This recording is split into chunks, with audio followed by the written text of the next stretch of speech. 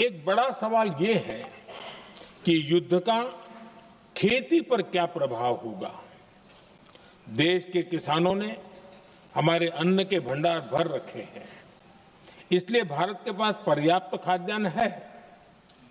हमारा ये भी प्रयास है कि खरीफ सीजन की ठीक से बुआई हो सके। सरकार ने बीते सालों में आपात स्थिति से निपटने के लिए खाद की पर्याप्त व्यवस्था भी की है। अतीत में भी हमारी सरकार ने दुनिया के संकटों का बोझ किसानों पर नहीं पड़ने दिया था। कोरोना और उस समय के युद्धों के दौरान उस समय भी ग्लोबल सप्लाई चेन में डिस्टरप्शन आ गई थी। दुनिया के बाजार में यूरिया की एक बोरी 3,000 रुपये तक पहुंच गई, लेकिन भारत के किसानों को वही बोरी 300 रुपये से भी कम कीमत में उपलब्ध कराई गई। अध्यक्ष जी, देश के किसानों को इस प्रकार के संकटों से बचाने के लिए भी बीते वर्षों में अनेक कदम उठाए गए हैं। पिछले एक दशक में देश में 6 यूरिया प्लांट शुरू किए गए हैं।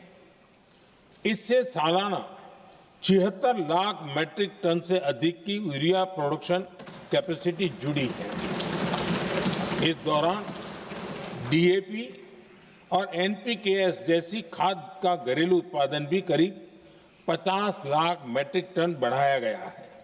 इतना ही नहीं, तेल और गैस की तरह खाद के आयात को भी डाइवर्सिफाई किया गया है।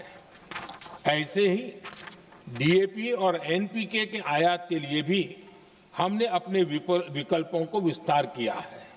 अध्यक्ष जी, सरकार ने देश के किसानों को made in India nano urea का विकल्प भी दिया है।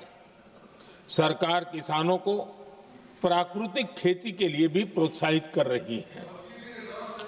पीएम कुसुम योजना के तहत किसानों को 22 लाख से ज्यादा सोलर पंप दिए गए हैं। इससे भी डीजल पर उनकी निर्भरता कम हुई है। मैं सदन के माध्यम से देश के किसानों को विश्वास दिलाता हूं कि सरकार किसानों की हर संभव मदद करती रहेगी।